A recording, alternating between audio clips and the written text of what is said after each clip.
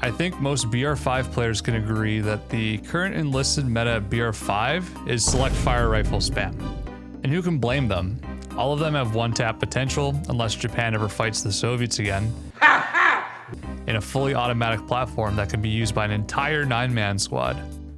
In this video, we're going to discuss how to make other BR5 weapons competitive against the select fire menace. We're covering assault rifles, SMGs, and machine guns, baby. So strap in, this is going to be a wild ride. Let's start by listing advantages that assault rifles typically have over the select fire competition. They are more controllable, they have higher capacity magazines, and what are the limitations of assault rifles? They can't one-tap, and they're limited to a maximum of 4 soldiers in a squad, or 5 if it's like, you know, premium guerrillas or something. What should assault rifles be better at than select fire rifles? I believe they should be the jack of all trades, master of none in the BR5 sandbox. They should be viable at medium ranges, be able to squad wipe effectively, and provide suppressing fire, just not as good as other weapons. With that being said, I also think it should be better at close range than a select fire rifle. With this in mind, I believe all assault rifles should sit within a 13.6 to like 14.6 base damage range. The Fedorov Avtomat sits in this domain at 13.9 damage already, and I don't see it being used as often as the AVT 4020. So that being said, I don't think it really affects the meta that much. Funnily enough, both the STG-44 and AS-44 fired slower in real life than the Fedorov Avtomat, 540 and 520 rounds per minute, respectively. The bullets they fired were ballistically similar to the Fedorov as well. The Fedorov fired a 9-gram bullet at 660-ish meters per second. The AS-44 and STG-44 both fired about a 7-gram bullet at around 705 meters per second.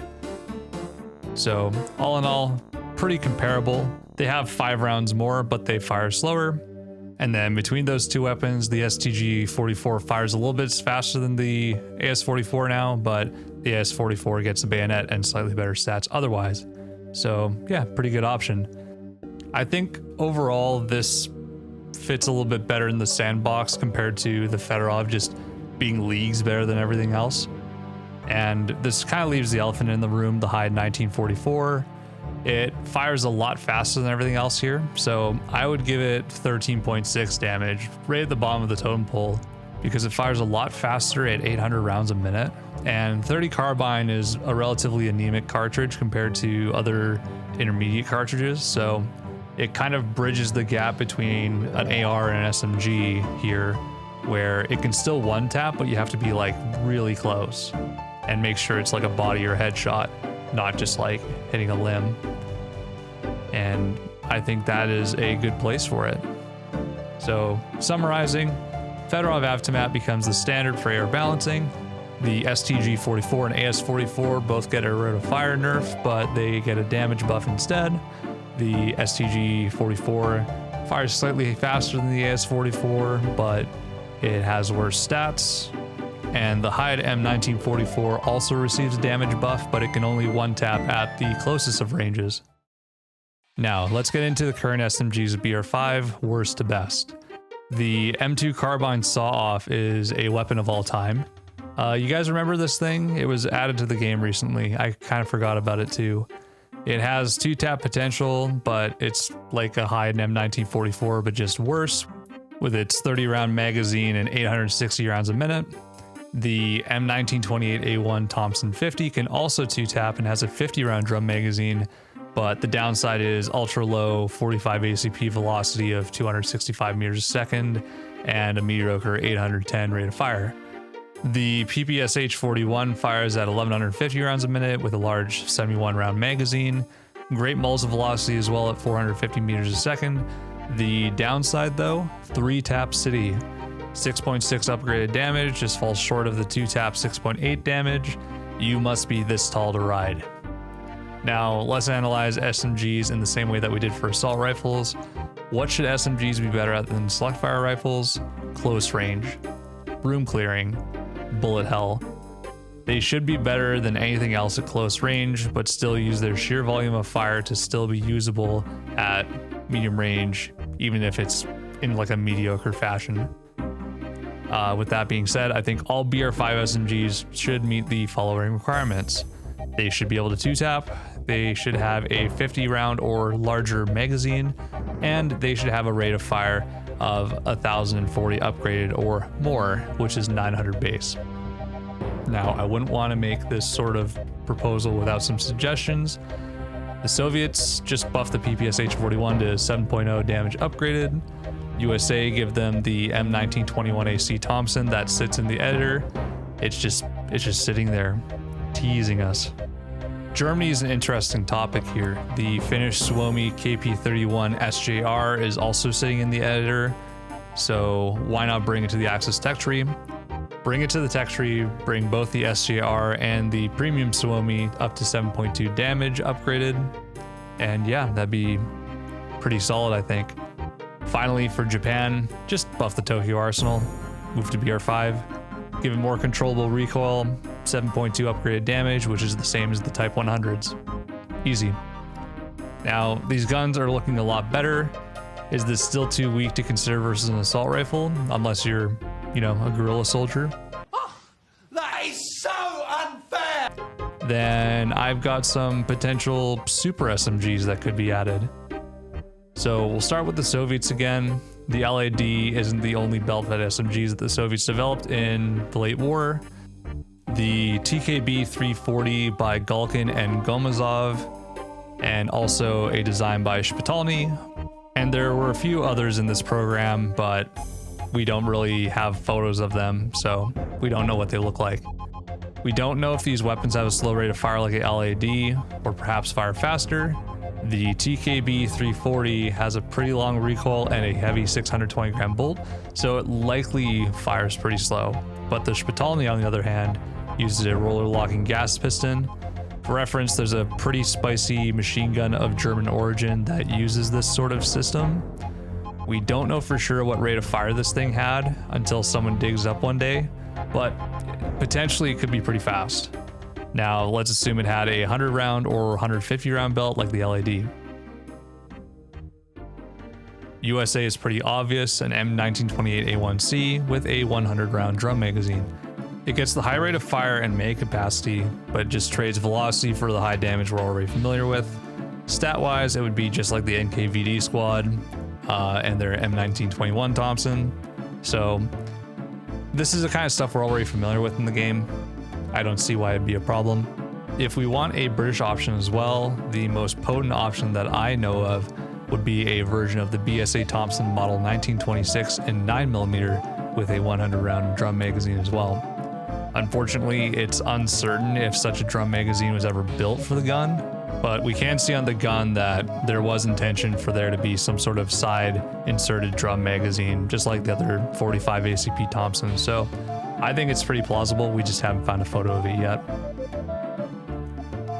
Now, things get pretty fun with Germany. Supposedly, there was a version of the MP40 developed by Steyr late in the war that used a section of an MG42 recoil spring and a fixed bolt, resulting in a cyclic rate of up to 1,100 rounds a minute.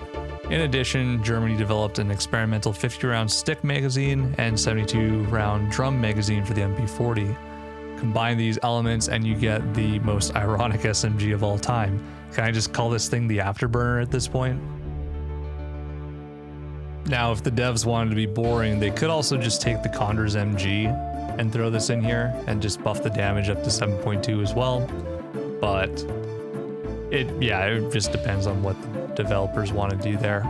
They can keep it a gold order weapon and unlock potentially. And then finally, something else that's kind of boring but totally feasible. We know that the Tokyo Arsenal is actually a belt-fed SMG, but the belts consist of rounded plates with 10 rounds of 8mm Nambu on each of them. They feed to the right side of the gun, the bullets are stripped from the belt into the chamber above, and the casings of the bullets eject up and to the right, while the belts eject to the left. What this means is, in theory, we could just have a Tokyo Arsenal with a 100-round belt, because, why not?